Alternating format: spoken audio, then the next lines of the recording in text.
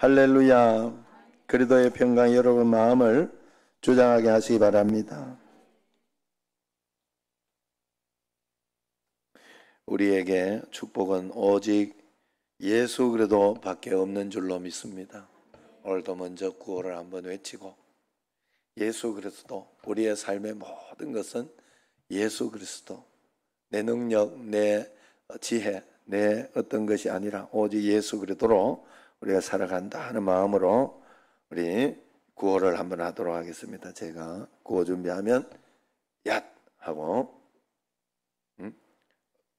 제 물으면 예수 그리스도 답을 해주시기 바랍니다. 큰 소리로, 집에서도 큰 소리로 하시면 되겠어요. 구호 준비. 다시 구호 준비. 어두운 데 빛은 어디 있습니까? 우리가 먹고 살 생명의 양식은 어디 있습니까? 가정교육의 원리가 어디 있습니까? 행복한 결혼 생활의 키가 어디 있습니까? 복의 근원이 누구십니까? 국회의원들이 알아야 될 분이 누구십니까? 모든 대학 교수들이 알아야 될 분이 누구십니까? 태어나는 아이들마다 누구의 이름을 불러야 합니까? 교육의 목표가 누구십니까? 남북 통일의 길을 누가 가지고 있습니까? 나라의 부강의 원리가 무엇입니까? 진리가 어디에 있습니까? 진짜 생명은 어디 있습니까? 누가 심판할 때 우리 심판되십니까? 누가 우리에게 새 육체를 만들어 주십니까? 우리가 모이는 단 한 가지 이유가 무엇입니까? 할렐루야. 한 사람 한 사람 생명의 불씨가 되어야 되겠는데 누가 할까요? 누가? 할렐루야. 예, 아유 잘했습니다. 이제 말이 척척 맞아요. 예.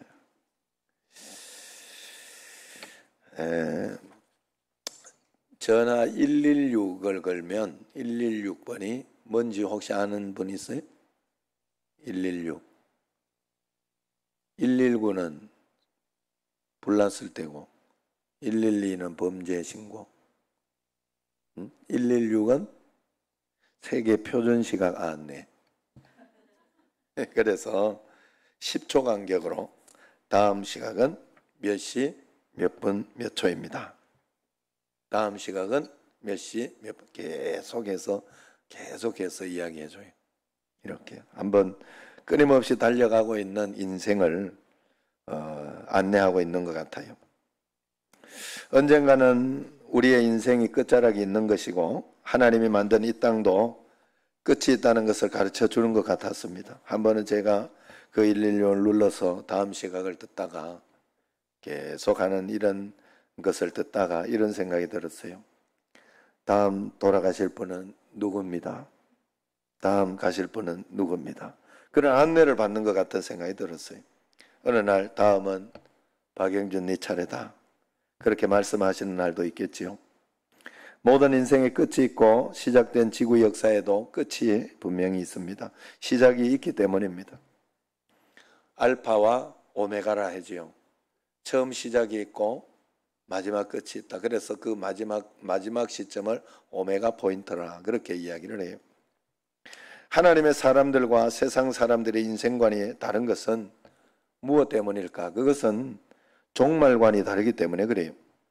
지혜로운 사람은 언젠가 끝이 있음을 알고 살아갑니다. 그러나 미련한 사람은 마지막이 있다는 사실을 잊어버리고 살아가겠지요. 그러나 우리는 기억합니다. 살았으나 죽을 날이 있고 건강하나 병들 날도 있고 가졌으나 내려놓을 날이 있고 올랐으나 내려올 날이 있다 하는 사실을 말이죠. 문제는 시작이 내 뜻대로 되지 않았듯이 끝날도 내 뜻대로 안 된다는 것이. 시작이 내 마음대로 되지 않았잖아요. 내가 오고 싶을 때 온 거 아니잖아요. 갈 때도 내 마음대로 되지 않는다는 거예요. 내가 오늘 밤 죽을 수 있다면 용서 못할 사람이 있을까요?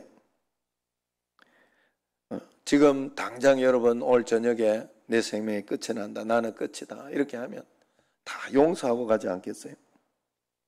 내가 무슨 일 하고 있느냐? 내가 얼마나 가졌느냐? 오늘 밤 죽는다면 아무 의미가 없을 것입니다. 요즘 교회가 힘이 없는 이유는 초대교회 성도님처럼 주님이 오늘 밤 오시겠습니까? 이 하루 중간 어느 시점에 오시겠습니까? 하고 물어보는 그 종말 시점을 잃어버렸기 때문이라고 합니다. 교회에서도 종말의 메시지가 사라졌기 때문에 교회가 힘이 없어요.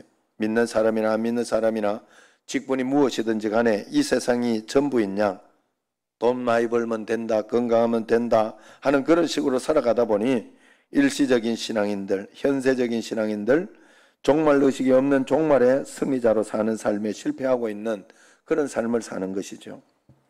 오늘 본문은 참 재밌는 내용이에요. 그러기에 제가 참 좋아하는 말씀이기도 합니다. 오늘 말씀은 주인의 재산을 문서 위조하고 사기, 횡령으로 낭비한 그 청지기를 주인이 지혜롭다고 칭찬하는 그런 내용이에요. 본문을 읽다 보면 성경에 뭐 이런 얘기가 다 있어 하고 처음에는 생각할 수 있는 그런 내용입니다. 사기꾼 청지기 이야기가 천국 비유로 쓰인 거예요. 쉽게 납득이 안 되고 당황스러울 수밖에 없는 그런 내용이죠. 여러분은 어떻게 오늘 본문이 금방 이해가 되셨습니까? 이해가 잘 된 모양이에요. 저는 이 본문을 읽었을 때 이게 뭐지? 하는 생각을 했어요. 그러나 읽을수록 은혜가 됐어요. 오늘 본문이 해석을 하는 키워드는 윤리가 아니에요.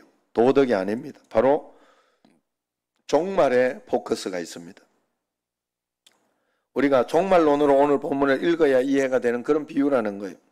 성경에서 뱀처럼 지혜로워하라. 마태복음 10장 16절에 뱀같이 지혜롭고 비둘기같이 순결하라. 이 말은 뱀이 되라는 이야기가 아니에요. 뱀에게도 배울 바가 있다는 뜻이에요. 강교함 속에도 우리는 지혜를 배워야 한다 하는 그런 뜻이지요. 옛날에 큰 부자들은 자기가 직접 사업을 하는 것이 아니라 청지기를 두어서 모든 사업을 맡겼어요. 농사를 짓고 관리하고 투자하는 모든 것을 청지기에게 맡겼습니다. 어느 날 주인의 귀에 청지기에게 부정이 있다는 소리가 들려왔어요. 주인이 통보합니다. 네가 보던 일을 셈해라. 네가 부정이 있다는 것이 사실이면 청지기의 직무를 계속하지 못하리라 해고 통고를 합니다. 이때 청지기가 독백의 형식으로 말을 이어가지요. 야, 땅을 파자니 힘이 없고 빌어먹자니 부끄럽구나. 내가 어떻게 할까 하다가 내가 할 일을 알았다.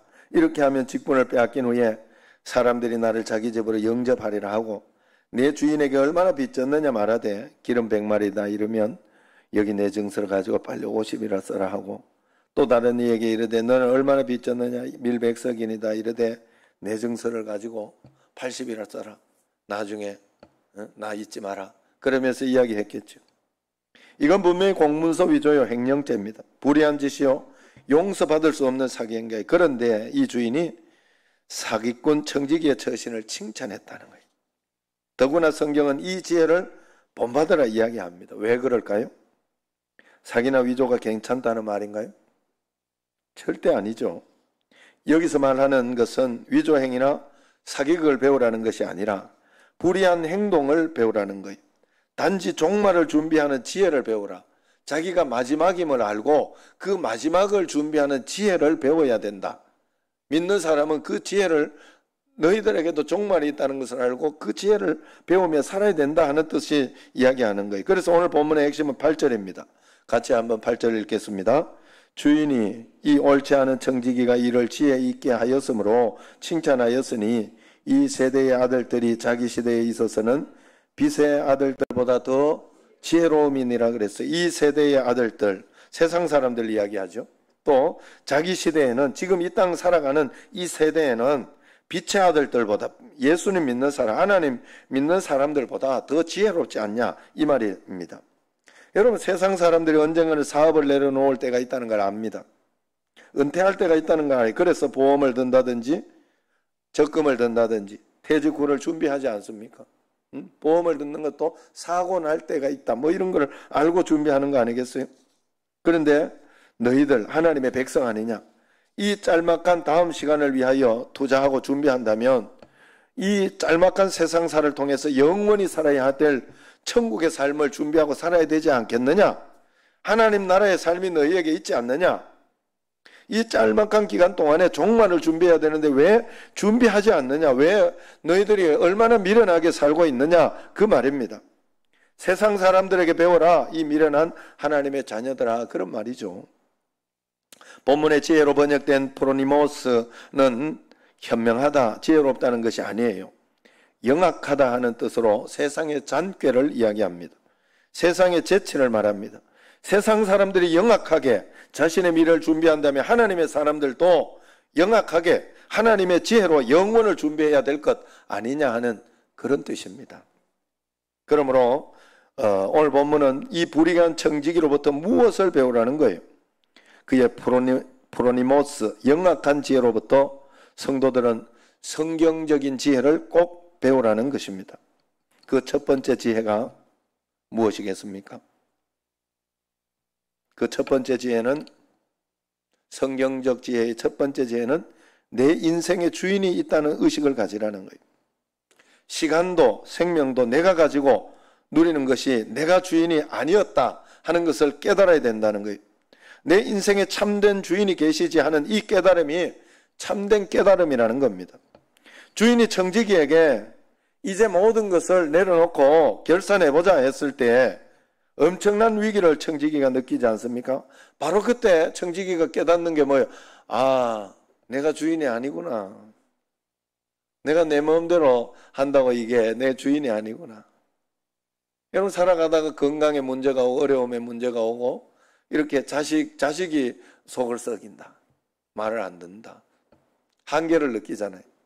때를 죽일 수도 없고. 아, 이 자식 내 거 아니구나. 그때 깨닫는 거예요. 그때 한계를. 건강이 내 마음대로 안 될 때 내 건강 내 것이 아니었구나. 아는 거예요. 어느 날 하나님께서 이제 계산하자, 천국으로 오너라. 그럴 때 아뿔싸, 시간의 주인이 따로 있었구나. 내 인생 주인이 따로 있었구나. 내 것 아닌 것을, 이걸 깨달으라는 거예요. 몸져 누워보면은 내 건강이 내 것 아니었지. 건강할 때 잘 관리할 걸.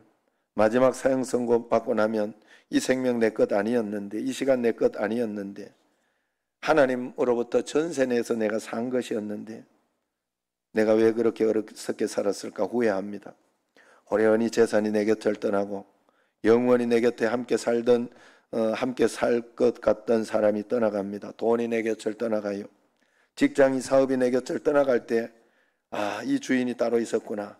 주신 분이 있었구나. 빼앗아 가실 수 있는 분이 있었구나 하고 깨닫게 되지요.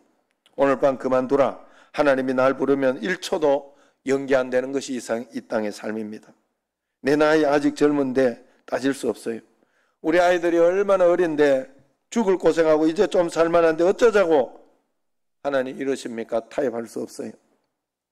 80세에 저 세상에서 날 데리러 오거든 아직은 쓸만하다고 못 간다고 전해라. 그럴 수 없습니다. 90세에 저 세상에서 날 데리러 오거든 알았어 갈 테니 이제 쪽말라 전해라.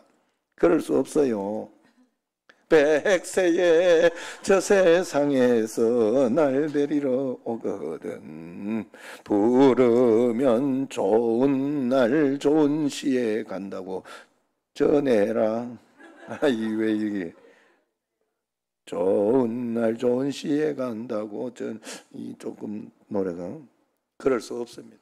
100세에 저 세상에서 또 데리러 오거든 극락왕생 할 날 찾고 있다 전해라. 뭐 이러는 이런 찬양이 아니.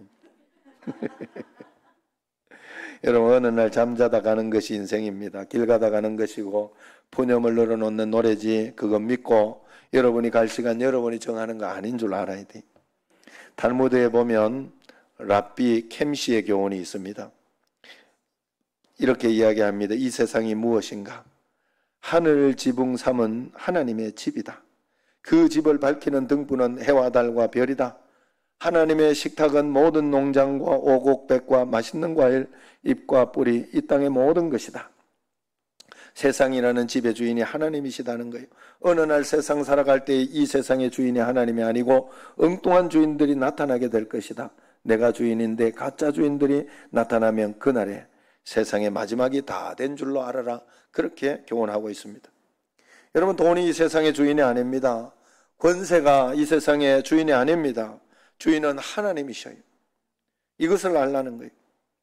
무신론자 리차드 도킨스가 2층 버스에 플랜카드를 걸어서 유명해졌지요. 이 땅에 하나님은 안 계신다.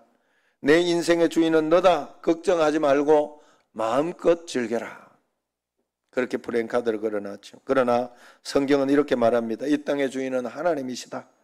그러니 걱정하지 말고 마음껏 즐겨라. 하나님이 너와 함께하고 너를 지킬 것이다. 하나님이 안 계시니 걱정하지 말고 즐기라는 것과 하나님이 계시니 걱정하지 말고 당당하게 살아라 하는 말은 차원이 다른 말이에요. 오늘 우리가 살고 있는 이 시대에 또 다른 주인이 있습니다. 인본주의와 휴머니즘입니다. 매력적인 현대 언어입니다. 그래서 이 사상이 발전해서 내 인생의 주인은 나다. 내가 어떤 판단을 하고 어떤 결정을 내려든지 그것은 귀하니 존중되어야 한다 하는 그런 뜻입니다.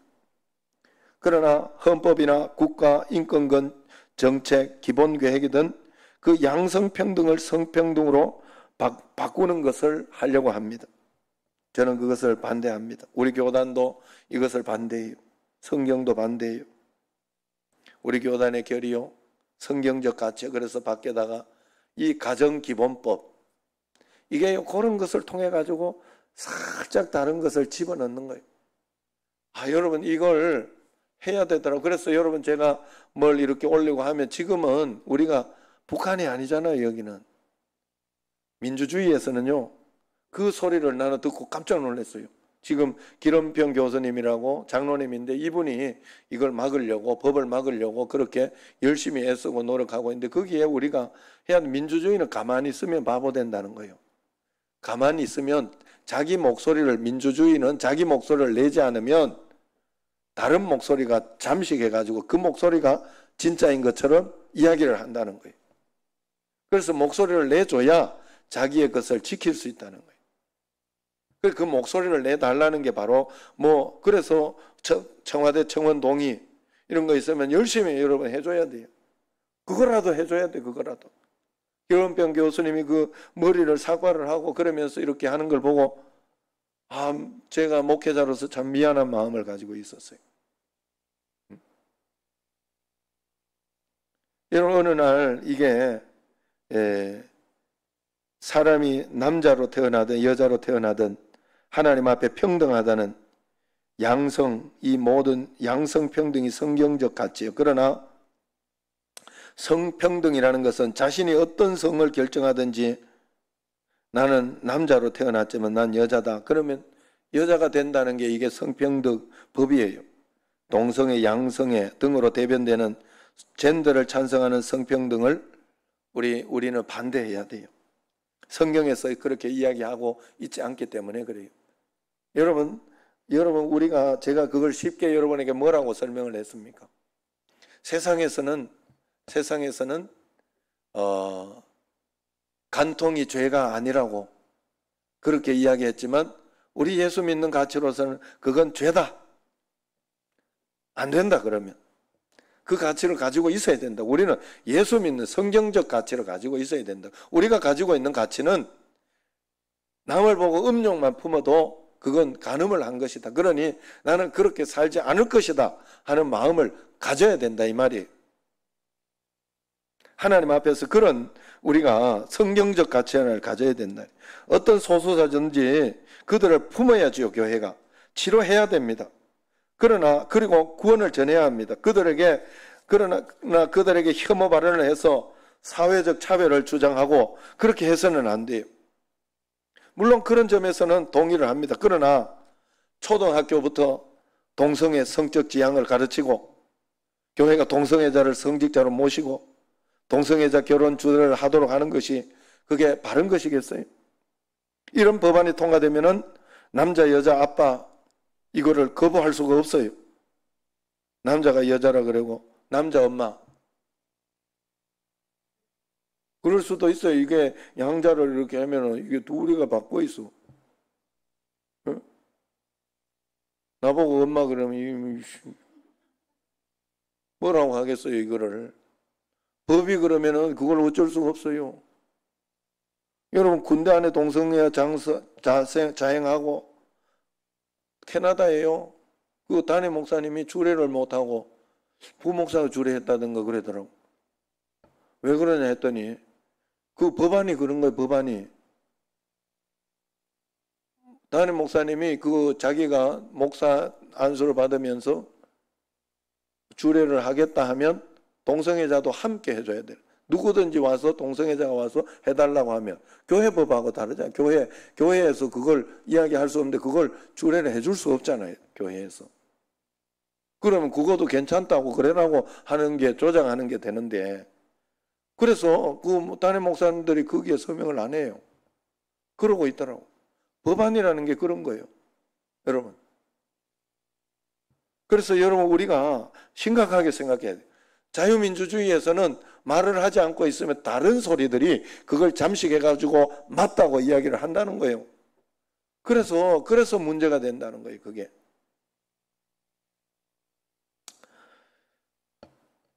그렇게 기독교 가치로 우리는 반드시 목소리를 내야 돼요. 데모하라는 소리가 아니에요. 어느 방도로, 여러 방도로 내가 할 일을 해야 한다는 거예요.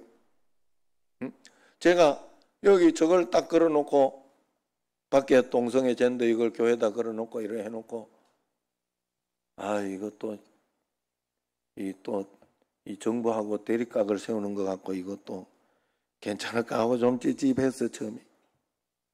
그런데 그거 내가 그분 이렇게 유튜브 하고 들어보면서 내가 잘못했구나 마음을. 그러더라도 해줘야 되는 거구나. 그러더라도 이 목소리를 내가지고 우리 교회는 이런 거 반대합니다 하는 그런 이야기. 그래서 서명도 다 하고 교회 서명도 하고 막 그렇게 한 거예요. 여러분 우리는 인본주의로 살아가는 게 아닙니다. 우리는 신본주의입니다. 하나님 중심입니다. 하나님 말씀 중심으로 살아가는 것을 믿으시기를 바랍니다. 인생의 주인은 내가 아니다 하는 분명한 것, 이걸 깨닫는 순간 나는 청직이라는 것을 알게 되는 거예요. 내 것이 아니었구나. 이게 시간이 내 것이 아닌데 이 생명이 내 것이 아니었구나. 고린도전서 6장 19절에 너희는 너희 자신의 것이 아니라 값으로 산 것이 되었으니 그랬어요. 너희 몸은 피로 값주고 산 몸이다. 하나님의 말씀입니다. 내 몸도 내 것이 아니라는 거예요. 건강하게 잘 살아야 됩니다. 내 것 아니니까. 하나님이 내게 맡겨준 인생이니까 열심히 운동도 하고 해야 되는 거예요. 여러분 그런 거예요. 예수님을 잘 믿으면 건강도 오고 여러 가지가 따라올 수밖에 없는 게 어느 날 내가 이렇게 나태하게 살다가 하나님이 나태하게 살기를 원치 않으시잖아요. 그래서 부지런하게 사는 거지. 달리 뭐 방법이 있어요? 하나님이 내가 내 몸을 이렇게 피폐하게 그렇게 만들기 원하지 않는다고요. 그래서 우리가 하나님 앞에 열심히 운동도 하고 하는 거죠. 그래서 하나님이 내게 맡겨준 것을 알 때 역대상 29장 12절 보면 부와 기가 주께로 말미암고 또 주는 만물의 주제가 되사 손에 권세와 능력이 있사오니 모든 사람을 크게 하시고 강하게 하심이 주의 손에 있나이다. 이게 성경적 가치다는 거예요.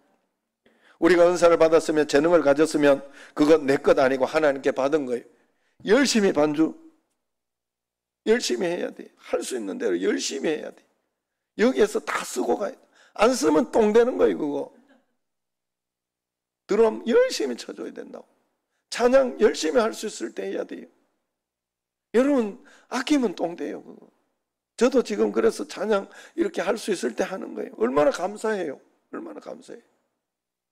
다 뭐 젊은 애들, 청년들 막 이렇게 하고 막 그렇게 할 텐데 찬양으로 인도할 수 있고 할 수 있는 게 얼마나 감사해요.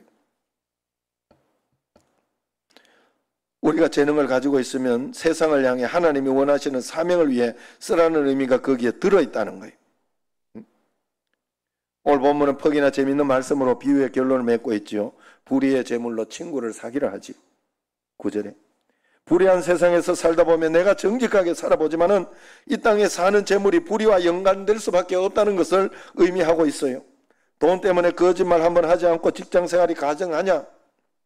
만약 하나님의 자녀들이 불의한 세상에서 의롭게 돈을 벌고 의롭게 관리하고 의롭게 누리고 의롭게 다 쓸 수 있으면 얼마나 더 좋겠습니까? 그런데 그보다 더 귀한 일은 없어요. 그러나 나도 알지 못하는 사이에 내 재물이 불의와 함께 들어올 때가 있다는 거예요. 그렇다 할지라도 그걸로 영원을 위해서 살아라. 하나님 나라를 위해서 살아라. 내 곁에 있는 사람들 섬기면서 살아라. 선교하면서 살아라. 연약한 지체들을 사랑하면서 살아라 하는 것이 바로 하나님의 뜻이라는 거예요. 불의 재물은 또 다른 뜻이 있어요. 곧 없어질 재물이라는 뜻입니다. 쌓아두었다고 그것이 네 것이 아니라는 거예요. 움켜쥐고 있다고 네 것 아니라는 겁니다.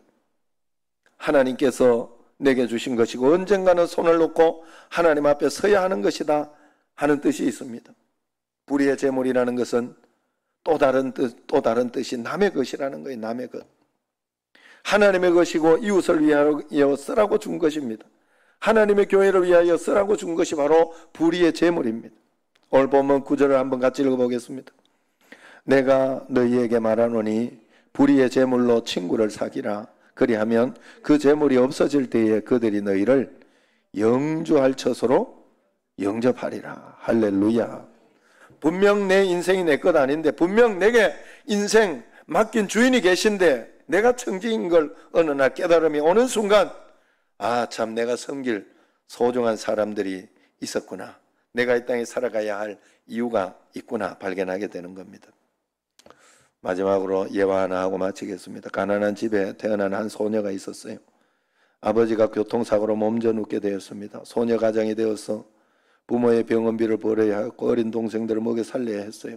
화장품 판매원, 보험 세일즈맨, 닥치는 대로 일을 했습니다.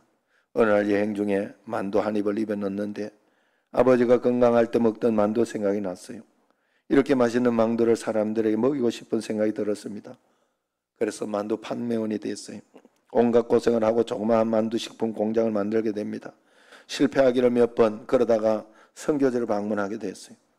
모든 것 접고 이 선교지에서 살고 싶었어요. 하나님께 기도하는데 너 왜 여기서 살려고 하냐?